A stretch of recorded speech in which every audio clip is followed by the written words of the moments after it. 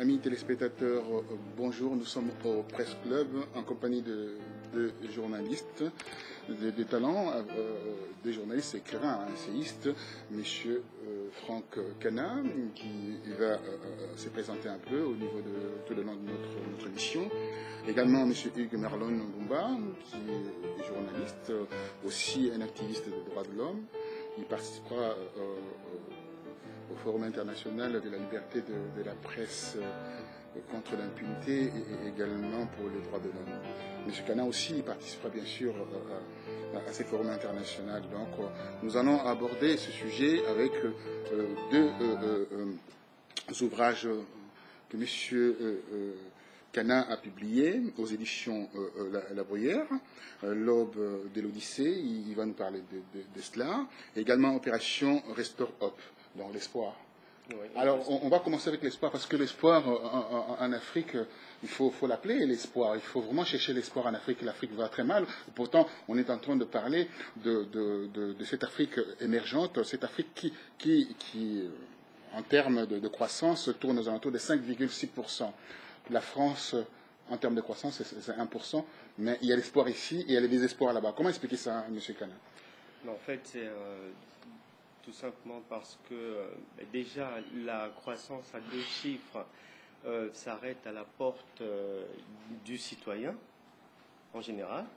Le panier de la ménagère ne ressent pas cette croissance-là, parce que les richesses sont mal réparties déjà, et puis il y a des problèmes donc, de mauvaise gouvernance, et il y a des problèmes aussi de mentalité qui se sont enracinés dans la société africaine, mentalité vraiment rétrograde, de tout attendre de l'État-providence.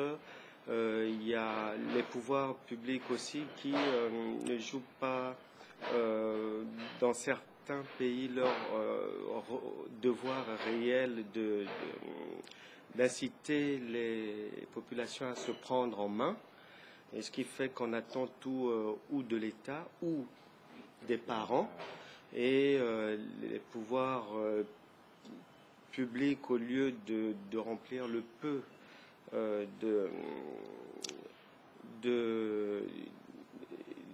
choses qu'ils peuvent faire, sont débordés par la dimension de la tâche. Donc il y a des pays très vastes comme la RDC qui ne sont vraiment pas évidents à gérer, une grande population, pays qui représente à lui tout seul tout un continent, plus de 5 fois la France. Et donc donner du pain à tout le monde dans un tel espace, pour l'État ça relève presque de la mission impossible. Mais si les pouvoirs publics ont leur part de responsabilité dans l'insatisfaction actuelle, il faut reconnaître aussi que le secteur privé a également sa part de responsabilité, mais lorsqu'on approche les entrepreneurs, ils mettent en avant le fait que leurs factures ne sont difficilement honorées par l'État, ce qui les met souvent en difficulté, puisque la plupart ont des contrats qui les lient à l'État, et lorsque l'État n'est pas à même d'honorer ses engagements, mais c'est difficile pour l'entrepreneur. Donc en gros, en résumé, c'est un ensemble d'éléments qui font que pour l'instant, on attend toujours cette Afrique à qui le bonheur est promis. Depuis belle lurette, on sait qu'un pays comme la RDC, par exemple, à lui tout seul, pourrait, si les ressources étaient bien capitalisées, gérées. Bon, on va dire bien les ressources énergétiques, pour ne parler que de celles-là, si elles étaient bien orientées, mais la RDC a de quoi fournir une bonne partie de l'Europe déjà en électricité. Donc c'est pas rien déjà, c'est pas rien. Mais pour l'instant, ça laisse à désirer. Et puis, mais l'espoir est que les années à venir. Oui, l'espoir fait vivre. Alors, on va commencer à se nourrir toujours de cet espoir, tant entendu, en Afrique, surtout en RDC, avec 70 millions d'habitants et 95% de la population vit sous le seuil de la pauvreté, dans une situation réjouissante, une situation terrible où il n'y a pas d'une classe moyenne, et on trouve avec une disparité, je ne peux pas parler de disparité, un décalage important où on voit il y a la haute sphère qui pavane dans les rues de Kinshasa avec de grosses voitures qui coûtent des millions de dollars, et la population est complètement qui croupit dans la misère. Alors, votre réflexion par rapport à ces discriminations? Alors, ma réflexion serait, je dirais que je vais rebondir sur mon cher, en tout cas, parce que l'Afrique aujourd'hui a toutes les possibilités de se prendre en main. Nous avons fait dernièrement, le 1er mars, une conférence de presse à ce sujet. Et si l'Afrique sauvait enfin l'Afrique? Comment peut-on sauver l'Afrique? Comment l'Africain va-t-il sauver son Afrique? Va-t-il continuer à espérer auprès des pouvoirs publics, ça veut dire le gouvernement, les entreprises qui sont sur place n'ont pas assez de moyens pour pouvoir payer les salariés, puisque nous avons constaté quand même dans les dernières années des manques de paiement de salaire. Il y a eu des retards énormes, qui fait que s'il y avait des personnes qui étaient en location, elles vont se retrouver à la rue. Donc on alimente encore ce seuil de pauvreté. Lorsqu'ils n'ont pas leur salaire, l'enfant n'aura pas forcément ses outils scolaires. Donc il va falloir encore attendre l'aide des ONG associatives qui se battent ici à Paris. C'est surtout beaucoup de femmes aussi, et d'hommes, qui se battent à amener des ardoises. Moi-même, j'ai participé avec l'association d'un artiste qui s'appelle Zaki Groove du Cameroun pour le quartier de la briqueterie, où il y avait vraiment un besoin nécessaire d'outils scolaires, et aussi au niveau des filles qui sont rapidement enceintes. Donc ça veut dire qu'il y a encore un autre bébé qui arrive et qui va encore alimenter le seuil. Tout à fait. Donc les seuils de pauvreté. Donc à force d'alimenter tous les jours, de parquer, on va dire, des humains à être dans l'entreprise seuil de pauvreté, on ne va jamais pouvoir voir où sont nos élites. Des ingénieurs qui sont en train d'être parqués, des journalistes, des entrepreneurs, on va dire, toutes sortes d'intelligentsia qui peut être développée pour l'Afrique. Ce sont nos main-d'œuvre qui sont emboîtées quelque part. Qu'est-ce que l'Occident peut faire pour ça?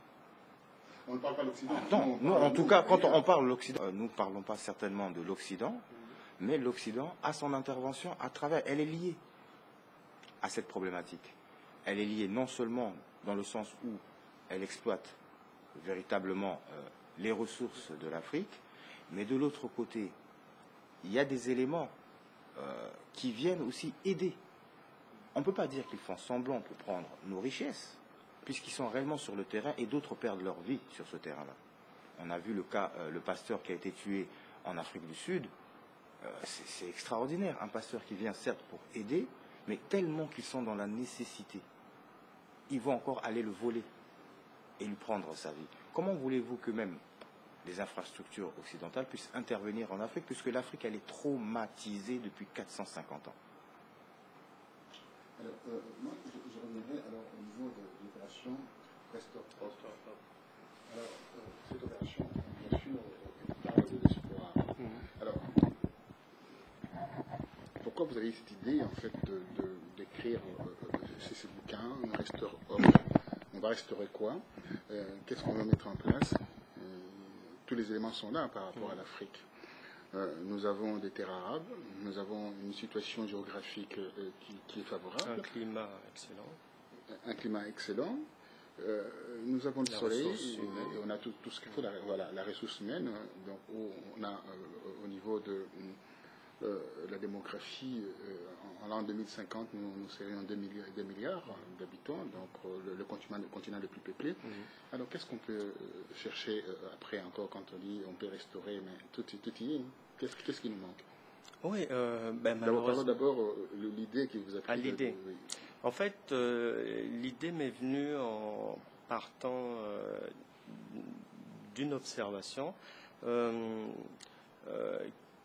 Je me suis posé la question, est-ce que celui qui exploitait depuis les temps de l'esclavage, la traite négrière, colonisation et puis tout ce qui s'ensuit, est-ce que la main qui s'est toujours retrouvée derrière cette entreprise-là n'est-elle pas en train de sortir de ses propres limites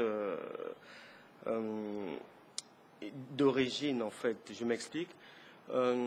Si jusqu'à aujourd'hui, on tue les Africains pour leur prendre leurs diamants, leurs ressources, leur pétrole et autres, moi j'ai pu observer attentivement certaines choses qui m'ont laissé à penser que il y avait un changement dans le comportement de ceux qui sont derrière cette entreprise-là. C'est-à-dire, ils ne s'en prennent plus uniquement aux Noirs. Ils ont franchi, minés par l'appât du gain, ils ont franchi leur propre périmètre qu'ils avaient tracé et ils sont devenus cruels, y compris vis-à-vis de leurs propres frères occidentaux. Je m'explique encore. Si nous, on nous tue en armant des milices, ceci, cela, pour faire des guerres et prendre nos richesses, lorsqu'une entreprise, un groupe, par exemple, qui emploie 1000 personnes, met la clé sous la porte ici et va chercher à faire de l'argent en Chine ou en Inde, les gens oublient que derrière ces licenciements, il y a des milliers de gens qui ne peuvent plus payer leur crédit. Il y a des divorces, des ménages brisés, il y a des suicides. Il y a des suicides, il y a des dépressions, et ce qui fait que nombreux, même si la presse autorisant, on va dire, n'en fait pas écho, nombreux, ils laissent leur vie dans cette histoire de délocalisation, de chercher à restructurer ceci, cela et tout. Il y a vraiment de la casse, hein, même si on n'en parle pas. Donc, ce qui vient à dire que si nous, on nous tue directement par les armes pour prendre ce qu'on a, ici aussi, on tue les gens, mais d'une autre manière, mais le résultat est le même, la mort. France Télécom, hein, quand même. Hein. Voilà. D'où l'espoir pour les Africains de ne plus être seuls, déjà, du mauvais côté. On y retrouve tout le monde maintenant. Des Européens qui sont abandonnés par les gouvernements parce que, bon, il faut fermer les entreprises, aussi cela, il faut aller ailleurs. En Asie, la population est sacrifiée parce que les gens, même les enfants de 10 ans, 12 ans, travaillent 15 heures par jour. Il n'y a pas de congé. En fait, le danger est maintenant pour tout le monde. Alors, face à cette réalité, l'espoir veut que les gens puissent d'abord se serrer les coudes et chercher des voies et moyens pour essayer de mettre en échec ce système criminel. Alors là, on parle, on va aller de l'autre côté, comme on dit aux antipodes, parle de l'aube de l'Odyssée. C'est complètement aux antipodes. Oui, hein. oui. Alors pourquoi il y a un bouquin qui parle des médias, de restaurer l'espoir, et on part vers l'Odyssée? Parce que l'aube de l'Odyssée a précédé Opération Restore Hope. L'aube de l'Odyssée, j'ai voulu répondre à des questions basique, on va dire, mais qui échappe souvent à notre discernement. Pourquoi l'Afrique, le continent le plus riche au monde, sur cette planète, avec des ressources immenses, d'ailleurs tout le monde vient s'y servir, hein. Pourquoi le continent africain est administrativement pauvre et avec une population vraiment dans une pauvreté extrême? Pourquoi l'occidental, lorsqu'il il débarque en Afrique, en général, il va mener un train de vie qu'il ne peut en général pas s'offrir chez lui. Il est toujours cadre en général, il est bien logé, il est bien, il a tout ce qu'il faut comme personnel et autres. Il a une vie qu'il ne peut pas en général avoir chez lui. Mais les Africains, à contrario, lorsqu'on vient en Occident, c'est le parcours du combattant pour se faire une petite place au soleil. Oui. Donc il y avait ces questionnements-là et puis la mentalité de chez nous qui fait que pourquoi on préfère aller acheter des aliments chez dans une boutique exotique. On va y revenir par rapport à cela.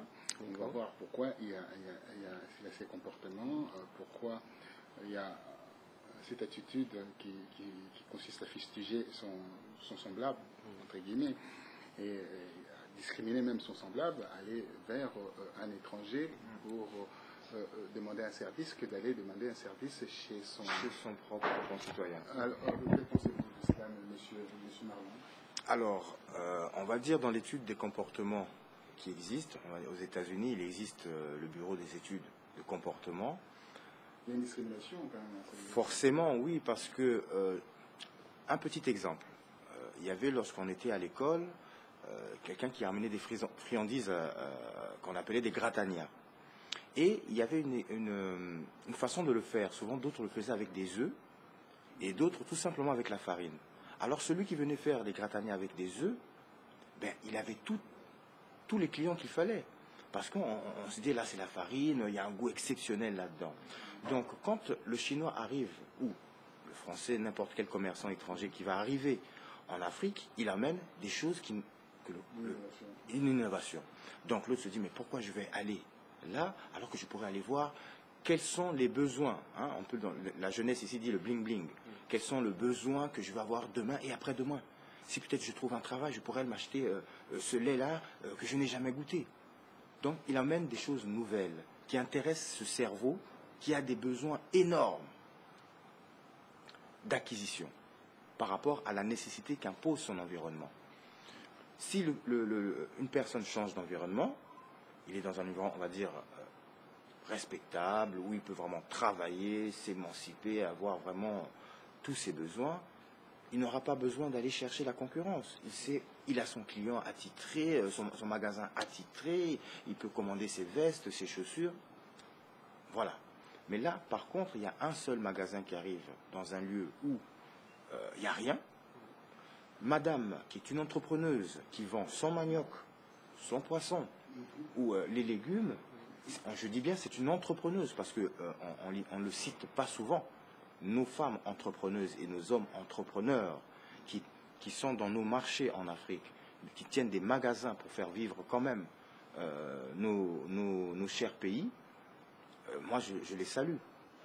Parce qu'il faut résister, un commerçant doit résister aujourd'hui à la concurrence. C'est comme si c'était les grandes structures commerciales qui arrivent, un seul magasin, vous imaginez. Ici c'est Carrefour qui aspire les petits magasins, ou qui absorbe les petits magasins. Là, c'est qu'un seul. Dans une carte, on va dire, un environnement, on va dire topographiquement, voilà, c'est restreint. Alors, monsieur Canin, ça part aussi de l'idée où on dit que voilà, je ne veux pas enrichir mon voisin, n'est-ce pas? Oh, oui, c'est ça. C'est-à-dire, l'une des raisons du retard, il faut l'admettre, de l'Afrique, il y a la raison mentale, des mentalités qui sont encore vraiment À refaire? oui, à refaire. Oui, ça mérite un autre formatage parce que il y a une culture de la paresse dans certains États, il y a la culture de la méchanceté, du mépris de l'autre, de la haine, et les gens ont du mal à reconnaître les mérites de l'autre. Et tant qu'on en sera là, on aura du mal à avancer parce que les autres se sont élevés en mettant d'abord en avant leur propre culture, leurs propres frères, leur propre production, avant de regarder ailleurs. Mais en Afrique, pour l'instant, l'Afrique surtout noire, on n'en est pas encore là. Et donc ce travail-là reste pas encore là, mais on écrit beaucoup. Les Africains maintenant prennent le temps aujourd'hui de réfléchir, de projeter, d'écrire. Il y a une classe moyenne qui s'est mise en place dans la diaspora, ce qu'on appelle les Africains de l'étranger, ont apporté beaucoup de savoir-faire, leur expertise dans leurs pays respectifs. Mais on voit simplement quand ces Africains-là retournent dans leur pays, ils sont montrés du doigt en disant que voilà, c'est des étrangers. Donc ils sont plus ils sont pas chez eux. Ils sont pas chez eux. Comment peut-on expliquer cela? Bon, c'est d'abord dû à une mauvaise volonté, parce que celui qui vient avec des idées novatrices en général est mal perçu. Pourquoi? Parce que localement, on va se dire, bon, il veut venir montrer quoi? Est-ce que nous ne sommes pas des hommes? Et il y a déjà un fond de la méchanceté qui donc va trouver un prétexte à... C'est quoi? C'est un complexe?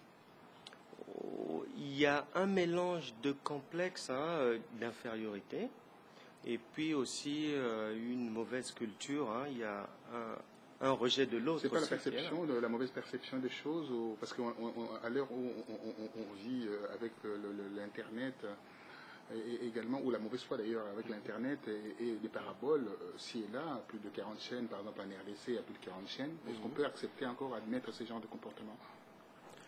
Mais malheureusement, les comportements sont là et leurs racines, on peut supposer, doivent se trouver déjà ailleurs parce que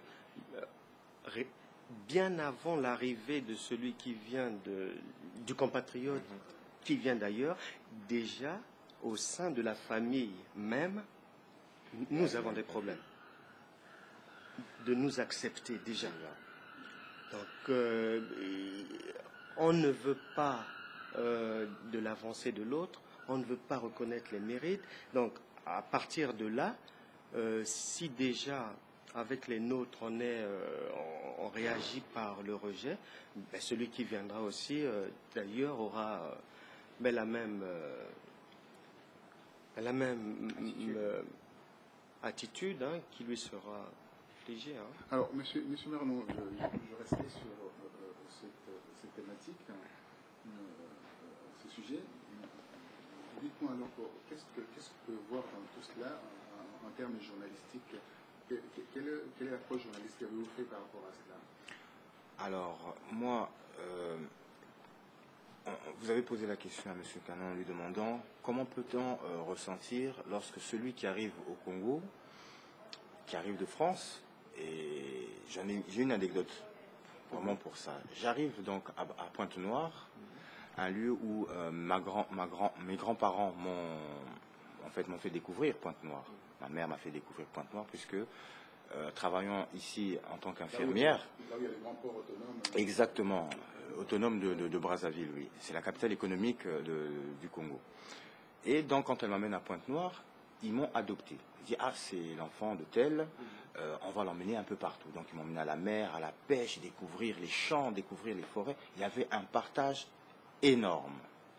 En 92, je repars au même lieu, donc nous avons tous grandi. Quand j'arrive, elle me dit mais qui es-tu? J'ai dit je suis l'enfant de tel. Mais où tu étais? je dis que j'étais en France. Donc là, il est déjà dubitatif. On a une expression, comment ça? Montre-moi ta carte d'identité. On va lui montrer la carte d'identité. Ah, c'est une fausse. C'est une fausse. Je dis, ah, comment ça, c'est une fausse? Donc il y a déjà l'ignorance qui est un malaise. Parce que l'ignorance, ah oui, l'ignorance cause beaucoup de problèmes. Hein, parce que si je ne sais pas qu'est-ce que c'est l'information, je ne pourrai pas y répondre. Je laisserai donc normalement à mon voisin de pouvoir répondre à cette question puisque je n'ai pas la connaissance. Et alors, à cet instant, m'instruire. Sauf que là, non. L'ignorance va prendre des proportions énormes. Donc, en tant que journaliste, pour pouvoir... quel est le regard que j'ai face à ça? J'ai un regard pour dire, formater, oui, mais réapprendre à rééquilibrer les émotions parce qu'elles sont, on va dire, d'une épaisseur d'un mur de béton qu'on ne peut pas faire tomber comme ça, qu'il faut à ce moment-là démanteler petit à petit, mais avec l'aide de cette personne-là même. Donc, pour moi, en tant que journaliste, si je devais passer un message à un mur de béton, je lui parlerais doucement. Je lui parlerais avec des images claires, avec des images qui peuvent lui dire, voilà, tu vois, là, tu es trop méchant. Là, c'est de la jalousie. Nous avons le cas des gens qui peuvent réussir dans la vie et qui vont rejeter, qui vont être aspirés par cette négativité et abandonner la famille. Prenons les cas, souvent, c'est arrivé, des footballeurs qui vont laisser leur grand-mère dans des maisons de retraite. Et il va falloir que des journalistes fassent une investigation pour pouvoir le découvrir.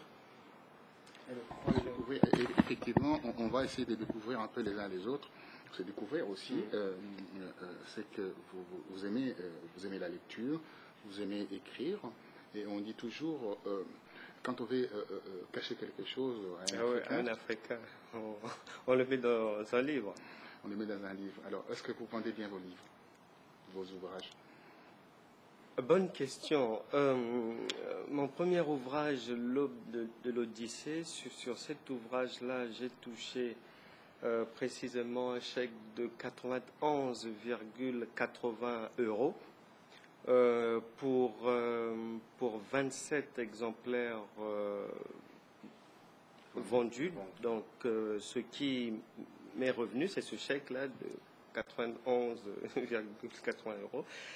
Le second, je n'ai pas encore les chiffres, mais c'est vrai que dans la sphère afro, on a du mal encore à s'habituer à la lecture, mais je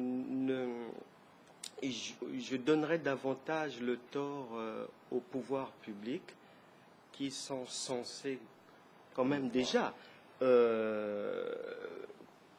construire les écoles. Il y a un problème d'école, problème d'éducation. Il y a dans la plupart des pays, surtout d'Afrique francophone, trouver une bibliothèque relève de l'impossible. Donc, ajouter à cela, il y a beaucoup de pays dans lesquels les pouvoirs publics, c'est-à-dire les tenants du pouvoir eux-mêmes, ne sont pas des modèles pour la société parce que menant des vies, on va dire, dissolues et négligeant complètement l'éducation. Mais ce qui fait que les gens, ici, les gens vont chercher, ils se lèvent, ils vont à Pôle emploi le matin parce que l'État a mis en place des dispositifs pour apprendre à chacun où aller chercher du travail, où aller au travail, où aller faire une formation. Mais je pense que si je peux rebondir par rapport à ce que vous venez de dire, ça caractérise aussi notre société africaine qui est basée sur l'assistanat. On a regardé le dernier rapport venant de la BNP qui dit clairement que plus de 67 milliards envoyés en Afrique. 67 milliards. 6 milliards pour la RDC. Alors, est-ce qu'on n'alimente pas cette paresse, ce comportement-là qui consiste à attendre, toujours à demander l'aide, et puis au lieu d'apprendre aux uns et aux autres d'aller pêcher, ou nos gouvernants ils oublient leurs responsabilités, ils ne mettent pas des structures en place pour que ces gens-là évoluent, et laisser la population dans cette misère intellectuelle aussi. Que voyez-vous dans tout cela? Bon, il y a d'abord... et vous répondrez aussi également à cette question. Il y a d'abord, là, entre en jeu d'abord le principe de la solidarité africaine. Est-ce que ça existe encore? Bah, c'est que Obiang Nguema disait qu'on peut parler que de ce concept de la solidarité africaine, mais en réalité... bon, avec... C'était une coquille vide. Avec les bouleversements sociétaux, c'est vrai que cette solidarité prend un peu d'eau, mais néanmoins, on en parle, elle est là, du moins verbalement, elle est là, quoi.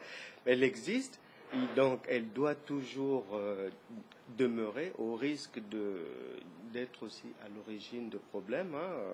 Chez nous, la famille, on sait ce que c'est, et puis les gens ont des devoirs soit imposés par la famille, ou soit parce que le sort a fait que, on se retrouve avec la charge des petits frères ou des petites sœurs parce que les parents ne sont plus là. Donc on est obligé de leur envoyer quelque chose au pays chaque fin du mois. On ne peut pas faire autrement. Il y a cela. Il y a aussi le fait qu'il y a le problème du chômage aussi. On sait que le taux de chômage dans les pays en Afrique est très élevé. Ce qui fait que les parents, on ne va pas aussi les laisser mourir de faim. Il faut bien faire quelque chose. Il y a cela, et il y a aussi l'État qui crée de moins en moins d'emplois. Il crée de moins en moins d'emplois. Alors, il n'y a pas de solution là-dessus d'ailleurs. La solution, c'est quoi? C'est d'espérer toujours quelque chose venant de la diaspora, alors c'est ce que vous voulez dire. C'est une bonne chose, alors, d'après vous?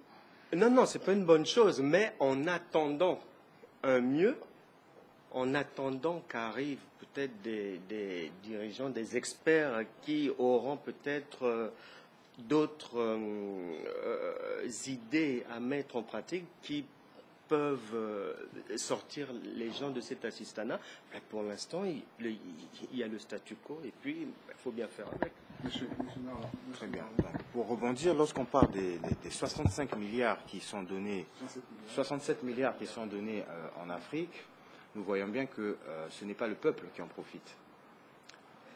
Pour que le peuple puisse en profiter, il faudrait donc à ce moment-là que nos gouvernants puissent, lorsqu'ils reçoivent cet argent, puissent mettre à disposition des structures qui vont guider les jeunes à pouvoir trouver un emploi. Mais ça va directement dans les familles. Mais ça ne doit pas aller dans les familles. 67 milliards, Monsieur Bongo, vous imaginez, c'est quand même une somme considérable. Avec 67 milliards, un acteur économique pourrait construire tout de suite au moins 37 dispositifs dans le cadre seulement de l'éducation, de la santé, mais aussi de la prévention au niveau des situations paramilitaires un peu qui se font sur le territoire africain. Donc 67 milliards, que va faire un gouvernement avec 67 milliards? Donc là, c'est l'aide directe familiale. Mais c'est tout à de fait. l'argent envoyé aux familles. Mais aux familles. Donc l'État n'a pas de prise. Mais même si l'État n'a pas de prise, comment se fait-il qu'on n'en voit pas la couleur physique? Un mur qu'on peut toucher. Aujourd'hui, lorsqu'on demande à la diaspora d'assister, donc les conditions, ça veut dire d'emmener des idées vers l'Afrique, elle nécessite déjà qu'elle se regroupe. Si nous tuons la solidarité, nous n'aurons plus de valeur. Parce que l'Afrique est un continent de valeur. Le berceau de l'humanité veut dire que même toute personne qui a résidé sur ce continent est parti avec des valeurs. Qu'il ait fait le tour du monde, qu'il soit devenu blanc, jaune, tout ce qu'il veut, c'est juste une question épidermique. Mais les valeurs restent ancrées en nous. Donc on ne peut pas considérer que l'argent soit toujours le moteur avec lequel on va se pavaner, et en ignorant les conditions de la vie humaine. Je le dirais à nos présidents. Mais bien sûr, mais dans ce que je veux dire pour vraiment répondre, en tout cas M. Canin, a donné vraiment une réponse assez considérable dans le fait que la population n'a toujours pas de travail. Les jeunes ne sont pas éduqués. L'assistance au niveau de la santé n'est pas vraiment dans l'ouverture. Ça veut dire que de pouvoir recevoir quelqu'un... Moi, j'ai encore ma soeur qui a accouché sans péridurale. Donc, c'est très difficile de vivre dans des conditions comme celle-là, du fait que l'argent que les populations attendent, moi j'ai jamais entendu, je n'ai jamais vu... Je voulais faire quand même une petite remarque là-dessus. Une femme sur 10, quand elle accouche, elle meurt pendant son accouchement. Donc il faudra quand même spécifier cela en Afrique, hein, donc l'Afrique qu'on appelle l'Afrique rurale. Je ne parle pas d'Afrique modernisée, urbaine, mais rurale. Donc c'est quand même un cas Monsieur Bongo, ce que je voulais dire lorsque j'ai parlé au président, que ce n'est pas certainement eux qui touchent l'argent, c'est pour toujours garder la dynamique de dire que ce sont nos gouvernants. Ils doivent avoir l'œil sur le bien de la nation. C'est eux, comment dire, le père qui a les clés de notre nation. C'est lui qui doit donner les directives qui font qu'une société s'émancipe et que sa population doit avoir la satisfaction que lorsque son président bouge dans un pays, va nous chercher tel, voilà, un soutien. C'est le VRP d'ailleurs. Hein, exactement. C'est lui qui est notre, on va dire, c'est notre porte-parole, le porte-parole du peuple. C'est pour ça que j'ai placé le mot président, pas parce que c'est le président qui reçoit l'argent, pour que les gens ne confondent pas, se dire ah il a reçu l'argent, il a mangé l'argent. Non, faisons très attention. Le président est un homme, voilà, qui est au gouvernement, mais qui a quand même l'œil sur la particularité financière. Il est garant de tout ça. Voilà. Il est garant des institutions. Alors, parlons des institutions parce qu'on parlait, pour aller vers la fin, on a évoqué dans votre livre, vous allez, l'Odyssée, quand on parle d'Odyssée, on voit les périples, tout ça. Et maintenant, en 2050, l'Odyssée en Afrique, comment voyez-vous? L'Odyssée en Afrique, bon, au jour d'aujourd'hui, on entend parler d'une émergence que j'appellerais à la carte. Donc, je ne sais pas, les gens se sont levés d'un beau matin et puis chacun a choisi sa date. Il y a quelque part, il y a émergence 2025. C'est intéressant. Il y a un autre endroit il y a un autre endroit où ils ont mis le cap sur 2020 et chacun a pris sa date comme ça. Mais on ne sait pas sur quelle base. Alors que les pays sont encore, on va dire, à l'état vraiment embryonnaire. Et donc, ils ont, je pense, c'est plus le discours discours politique de propagande qui a précédé la réalisation. Mais bon, les deux pouvant être liés, mais c'est maintenant que l'Afrique doit se mettre au travail pour espérer l'émergence en 2050. Alors, je vous passerai la parole, monsieur Marbarnon, mais je sais de savoir, alors, votre prochain bouquin aura quoi comme titre ou comme inspiration? Dans le premier, j'ai voulu parler de l'aspect collectif de la sphère afro, en faisant l'état des lieux. Dans le deuxième, j'ai voulu, puisque l'état des lieux laisse à penser que la situation n'est pas reluisante, dans le deuxième, j'ai voulu trouver des raisons d'espérer et pour les nations. Et dans mon troisième ouvrage qui sortira d'ici l'été, là, j'ai voulu m'occuper de l'individu.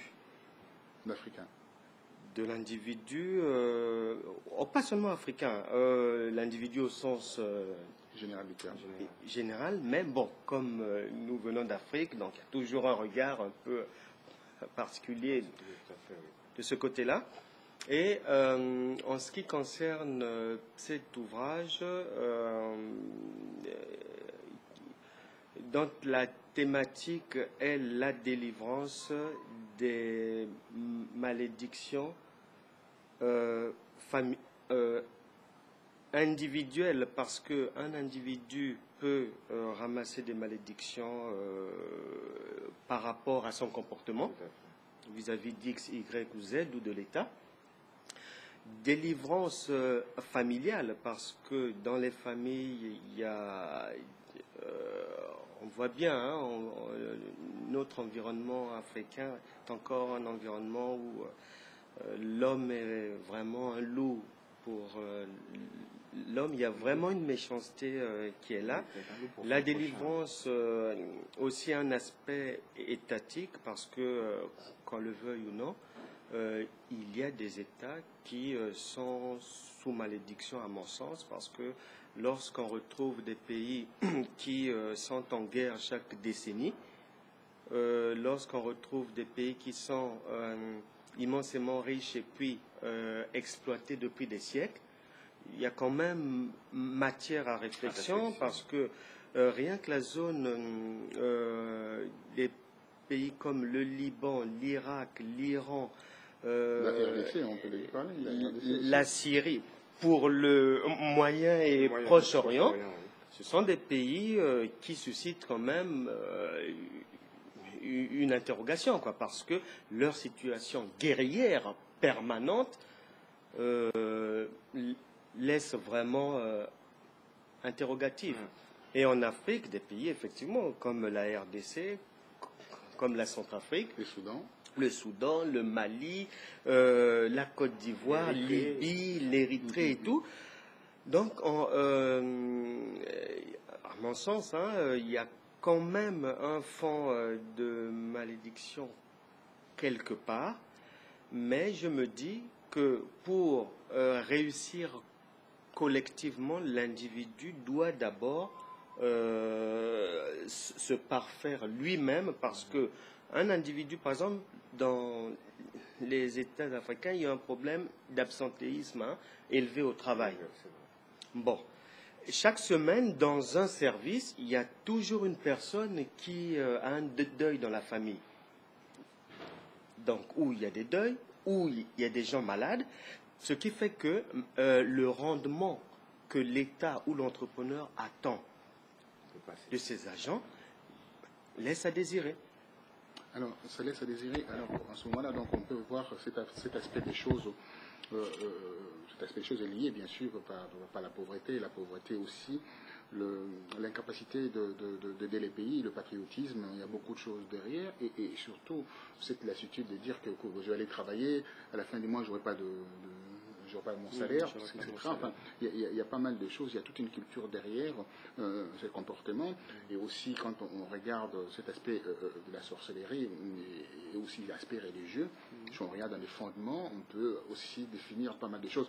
La malédiction des Chams, par exemple, on peut en parler. Par exemple, de cela, si on peut rentrer dans le... On en parle.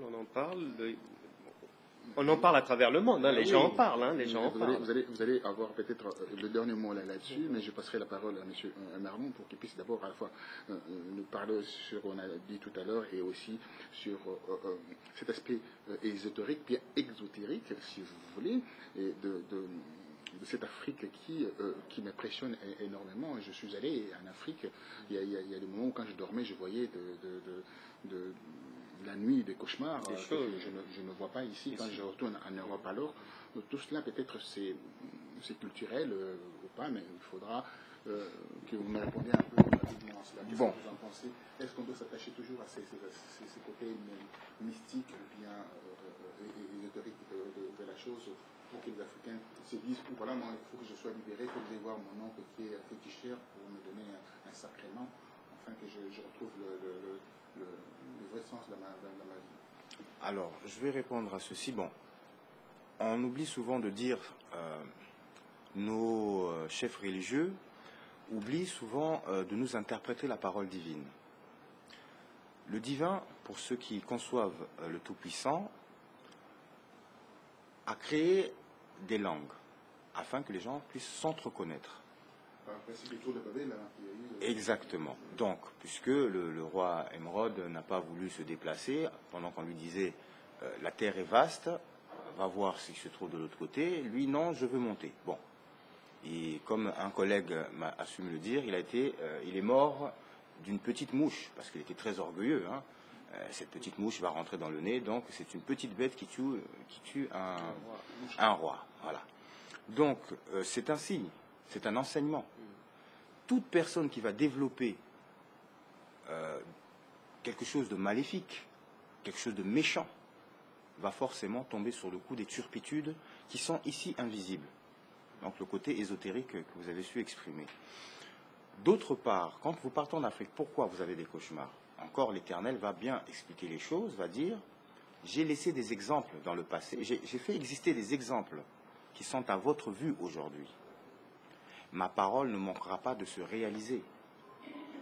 Pour ceux qui conçoivent encore l'Éternel, ils savent que nous serons ennemis les uns des autres. Mais il détermine bien aussi une parole qui dit, mais pourquoi ne vous aidez-vous pas mutuellement?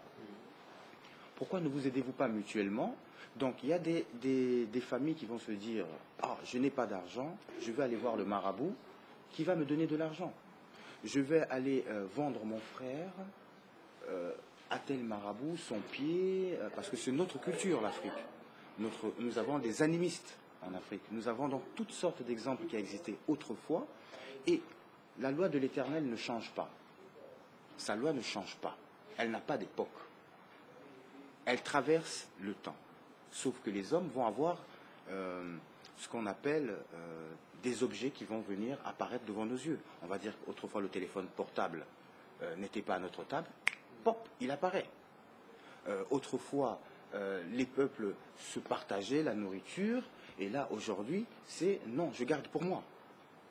Si je donne à l'autre, demain mes enfants ne mangeront pas. Donc l'égoïsme s'instaure sans qu'on puisse lui dire sois égoïste. À travers cette pauvreté qui sévit en Afrique. C'est devenu même une vertu. Comment se fait-il que le berceau de l'Afrique devienne maintenant un berceau où on ne peut plus se ressourcer? Hein, c'est un berceau où les valeurs sont vraiment fortes. Même s'il y avait l'animiste, les Bantous d'autrefois avaient ce comportement de transmettre. Bantou veut dire connaissance de l'homme. On regarde bien au Soudan, c'est la civilisation qui construit. On regarde au Mali, l'Afrique de l'Ouest, non seulement c'est commercial, donc ça veut dire la comptabilité, mais aussi le côté guerrier. Lorsqu'on arrive en Afrique centrale, nous avons la connaissance de l'homme. C'est-à-dire celui qui peut voyager, connaître les autres. C'est ça le mot Bantou. Maintenant qu'il y a en Afrique des gens qui pratiquent de la sorcellerie, oui, Monsieur Bongos, quand vous allez arriver en Afrique, votre aura, qui a été ici dans une particularité assez saine, on va dire, d'esprit, parce qu'on ne voit pas forcément la méchanceté à tous les bouts de rue. Non. Quand un croyant va à l'église, on lui dit respecte ton prochain, honore ton père et ta mère. Nous sommes certes dans une civilisation où des enfants sont autorisés certes à manquer de respect à leurs parents, du fait de l'évolution de la société, on va dire. De l'autre côté, nous avons des enfants qui respectent leurs parents lorsqu'il fait hey! Même lorsqu'il appelle l'enfant doucement, Hugues, oui papa, l'enfant vient, il est serviable. Mais comment se fait-il qu'un enfant qui est poli, on le laisse dans la misère? Et un enfant qui est impoli, il vit certainement dans une société qu'il n'a pas choisie, mais qui est dans un contexte confortable. Son esprit est calme. Donc lorsque vous allez dormir, vos rêves sont certainement un peu brusqués, mais calmes. Quand vous allez en arriver en Afrique, le taux de voisins qui sont autour de vous invoque le mal. Nous n'allons pas le nier, parce que le diable se cache dans les détails. Donc, on ne peut pas séparer la religion de l'homme en lui-même. Certes, on peut séparer l'état de la en gros, religion, mais pour mieux dire que religion veut dire que nous sommes tous liés un tant soit peu les uns des autres. Religion, ça veut dire donc relier les légions humaines. L'universalité qui est présente constante dans le cosmos. Donc, on va parler de théosophie. Hein, tous les éléments qui sont un peu là, stables, calmes, pour quand même nous puissions communiquer avec aisance les uns envers les autres. Donc je demanderai donc aux Africains vraiment de reprendre le terme du pardon envers déjà son prochain et de cesser cette jalousie qui nous détruit. Parce que oui, il y a des projets qui arrivent. Oui, il y a des micro-projets un peu partout, mais il y a des projets. La diaspora ici en France travaille cela et on vous le présentera. Voilà. C'est intéressant ce que vous venez de dire d'ailleurs, qu'on voit il y a l'atmosphère qui règne en Afrique. En arrivant en Afrique d'ailleurs, on est par le principe du mauvais œil, on l'a dit d'ailleurs. Catalogué, bien déjà, on commence à regarder vos véhicules. D'abord, il y a cette sorcellerie, comment j'appelle ça, vivante. On prend le tournevis, on va percer les roues de votre voiture. Déjà, c'est déjà la sorcellerie, déjà. Et cette méchanceté que vous venez d'évoquer, M. Marlon, voilà, effectivement, c'est que les Africains ont pris maintenant comme culture, on le voit en Afrique. Alors, je me pose la question, M. Kana, d'où vient maintenant cette influence négative où on doit être mauvais pour évoluer en Afrique? Mais elle vient certainement, elle n'est pas d'aujourd'hui. Donc, pour ma part, je pense qu'elle vient depuis les temps des ancêtres, parce que déjà des sociétés qui étaient assises sur le sacrifice permanent, humain, comme les Mayas, etc. Oui, voilà, donc des sacrifices permanents. Pour obtenir quelque chose, il faut sacrifier quelque chose, il faut faire ci, cela. Et donc, c'est devenu de génération en génération. Et vous parlez de malédiction, donc c'est ces malédictions-là qui nous poursuivent. Ah oui, pour moi, il y a quelque chose qui suit la plupart des gens qui sont descendants de ce genre de pratiques. Je me souviens une anecdote, il y a quelqu'un qui expliquait quelque part à Kinshasa qu'il aidait une dame à solutionner les problèmes récurrents dans leur famille. Bon, ils ont tout essayé, toute la famille était dans des difficultés vraiment absolues et depuis très longtemps. Ils ont tout essayé et ils sont même passés à la prière. La prière aussi n'a rien donné à un moment. Bon. Et un jour, le monsieur a eu l'idée de demander à la dame lui, il a pensé que la dame, malgré sa cinquantaine, n'avait pas assez d'informations pour trouver le blocage. Il s'est dit peut-être que quelqu'un qui est plus âgé qu'elle pourra nous apporter une information qui va nous permettre d'avancer. Donc la personne a demandé à la femme si elle pouvait faire venir sa mère qui était encore en vie.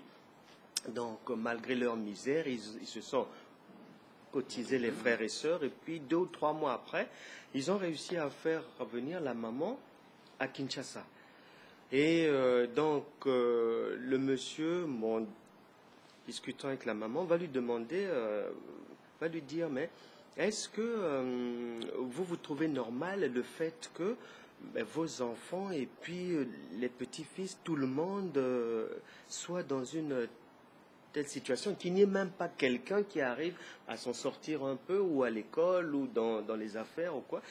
Et il va demander à la maman de lui parler de ses parents, donc des grands-parents et de leur village.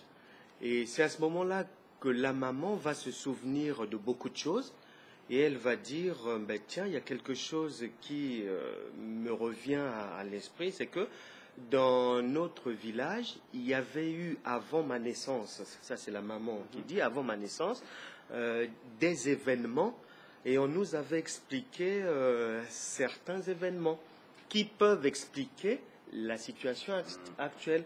Alors dans ce village-là, qui faisait la guerre à l'époque, il y a très longtemps, peut-être début 1900, qui faisaient la guerre avec... Il y avait plein de guerres entre villages.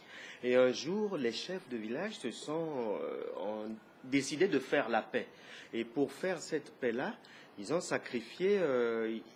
ils avaient sacrifié un chien qu'ils ont enterré vivant jusqu'au cou. Ils ont pris une jeune fille de 15 ans, enterrée aussi vivante jusqu'au cou, à côté du chien.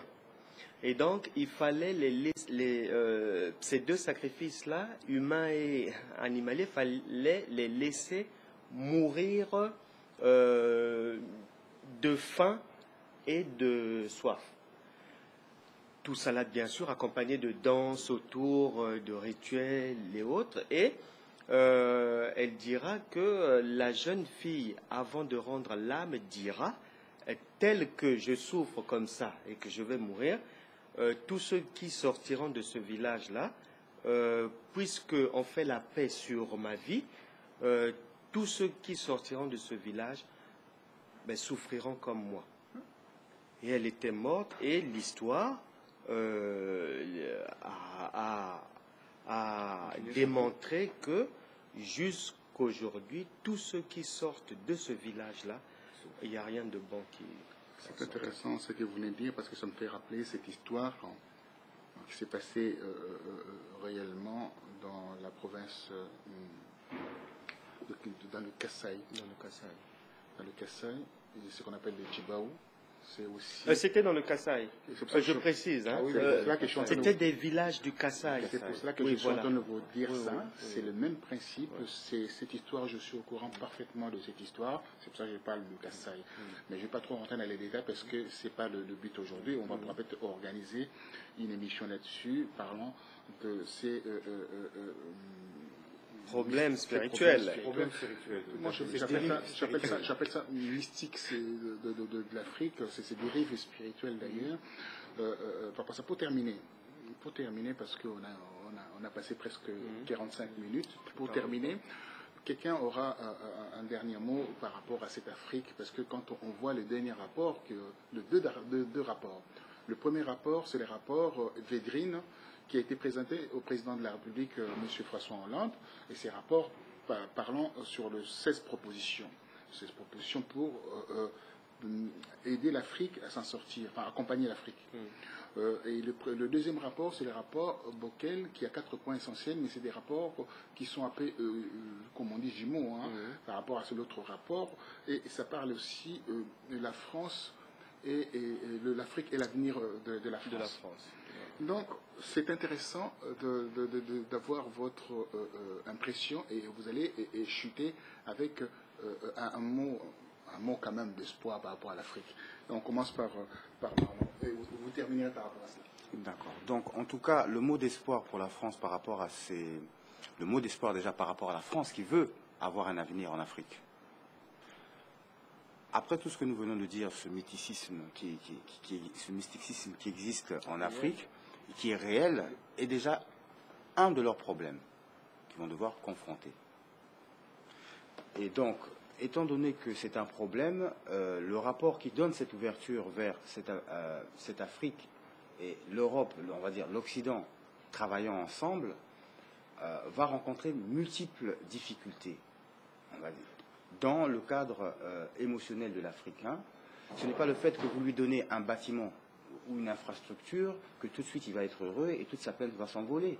Non, nous sommes là, on est en train de parler d'Africains traumatisés, mais qui ont besoin d'avoir un espoir. Donc oui, il existe un espoir pour l'Afrique. Oui, nous avons des projets pour l'Afrique. Un projet qui est certainement lié à ces deux rapports. Parce qu'ils sont vraiment, je le précise, il y a vraiment des propositions très très très intéressantes, mais qui doivent être encore recadrées. Ça veut dire que nous-mêmes, en tant que la diaspora, nous devons aussi apporter des éléments qui vont permettre cette réalisation, réalisation d'un projet. Ce projet-là, bon, on ne va pas encore le citer maintenant, puisqu'il est encore en préparation.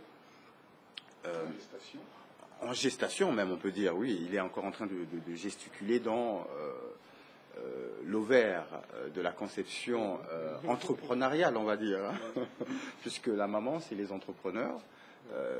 Donc nous sollicitons donc de faire en sorte que les entrepreneurs ne deviennent qu'une seule main armée, pour pouvoir, avec les 2 rapports proposés par le gouvernement, donner un essor à l'Afrique. Il y a réellement un espoir. Il y a réellement un espoir, donc je dirais à l'ensemble des Africains, oui, la diaspora va vous présenter un espoir. Oui, l'occidental avec la diaspora vont travailler ensemble, en tout cas pour vous présenter quelque chose qui va vous réveiller. Mais pour commencer, il faut aussi que vous-même, à l'intérieur, vous soyez aussi fort à travers les émotions négatives que vous êtes en train de vivre. De vous dire, mais quel est ce projet? Qu'est-ce qui va nous redonner le goût de vivre? Qu'est-ce qui va nous redonner le goût d'avoir un salaire, de pouvoir nourrir nos enfants?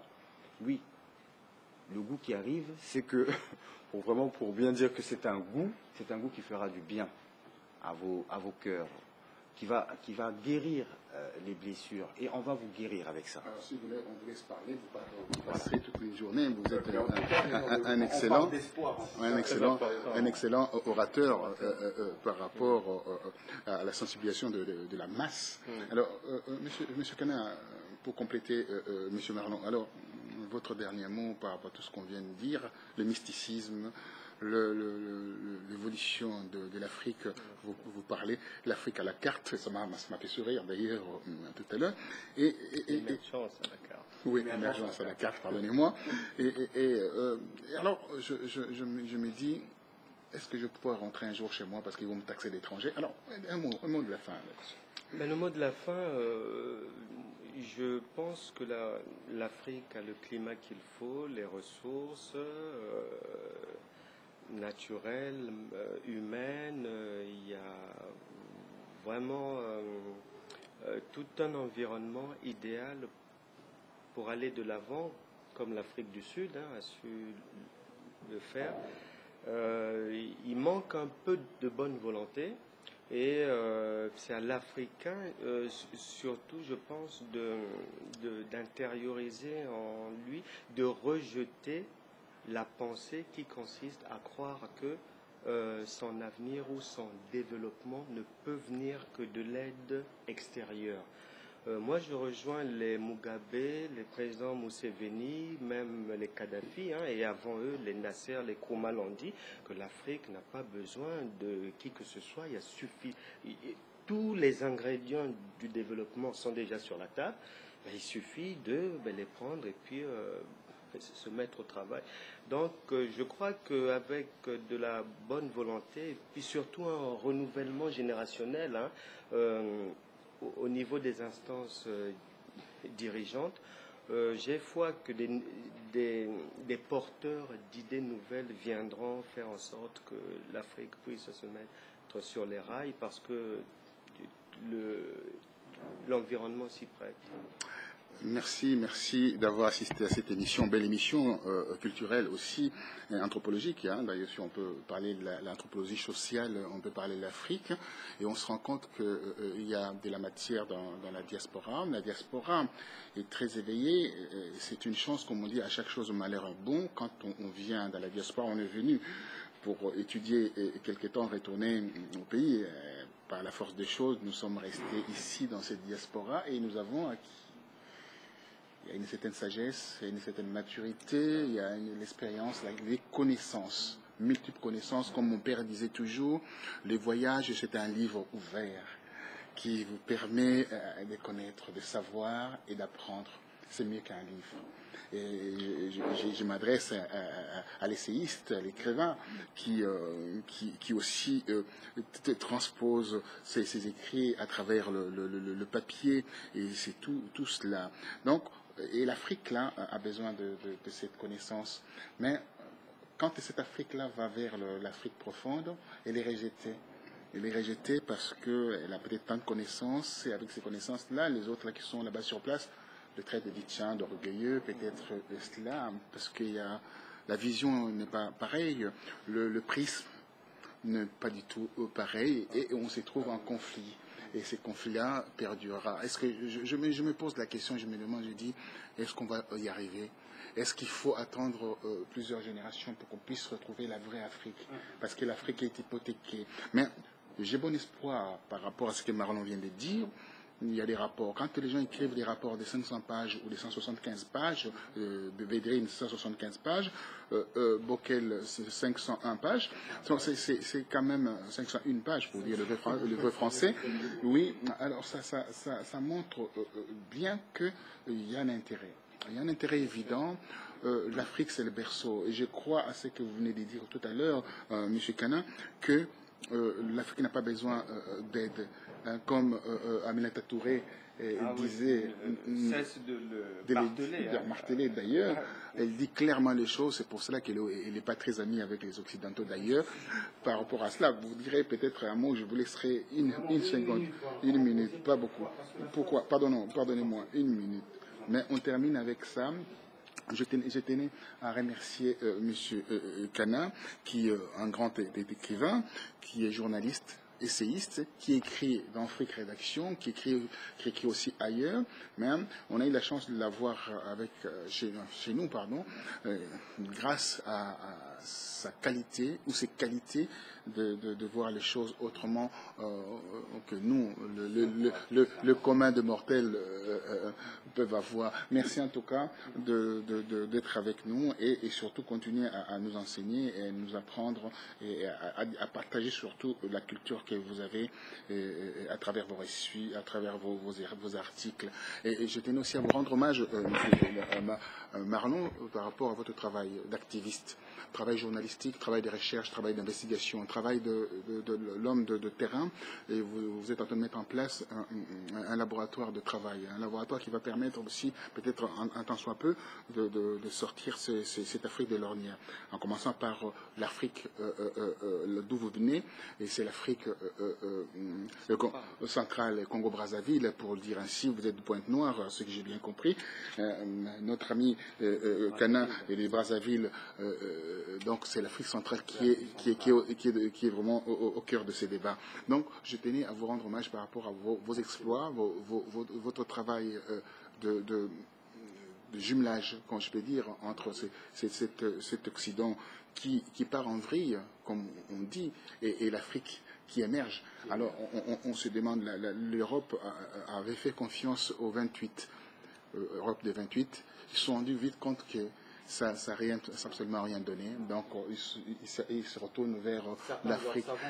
Et ça, c'est la parole d'Hubert Védrine, qui est un grand diplomate de carrière, de profession.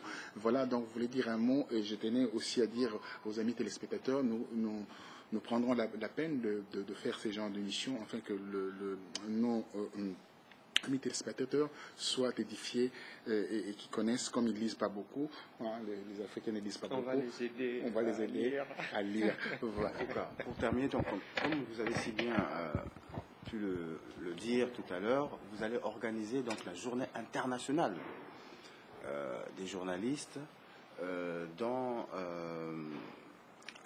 le 27 mars. Donc, pour reprendre le mot, l'Afrique a besoin, vous avez dit tout à l'heure... La France a besoin de l'Afrique. La France a besoin de l'Afrique, mais on a dit que l'Afrique n'a pas besoin des autres pour l'aider. C'est un détail très important que nous, en tant que journalistes, en tout cas avec les archivistes, nous prenons très au sérieux parce que c'est un mot très fort. C'est un mot où il faut vraiment donner le détail, qui est que lorsqu'on dit que...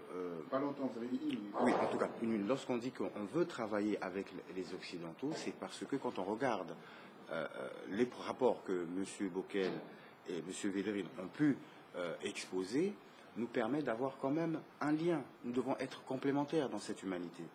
Vous voyez, il faut que nous soyons complémentaires, même s'il y a des Occidentaux qui ne veulent pas travailler avec nous, nous devons quand même nous dire, certes, on nous a blessés, on a eu beaucoup de douleurs pendant 450 ans, oui, mais il y en a d'autres aussi qui ne sont pas coupables de ces douleurs-là. Il faut bien les regarder en face. Voilà. Complémentaires, mais pas mendiants. Tout à fait, non, nous ne mendions pas du tout. Voilà, si je reste avec mes invités, on va passer toute une journée. Donc, cette émission vient de s'achever. Nous arrivons au terme de notre émission. Merci d'avoir suivi cette émission. Nous sommes au Presse Club le 13 mars 2014. Donc, pratiquement à 12 jours, si on veut, de notre événement. Merci à vous et à très bientôt. Nous allons travailler pour aider les journalistes qui sont dans une situation terrible en Afrique, qui attendent notre aide, qui attendent aussi qu'on puisse les aider à voir la justice par rapport à leur métier qui est un métier noble, un métier difficile, un métier ingrat aussi. Il est ingrat. On peut faire un papier, mais à l'arrivée, on me dit non, le papier là, il n'est pas bon. Merci à vous et à très bientôt. Au revoir.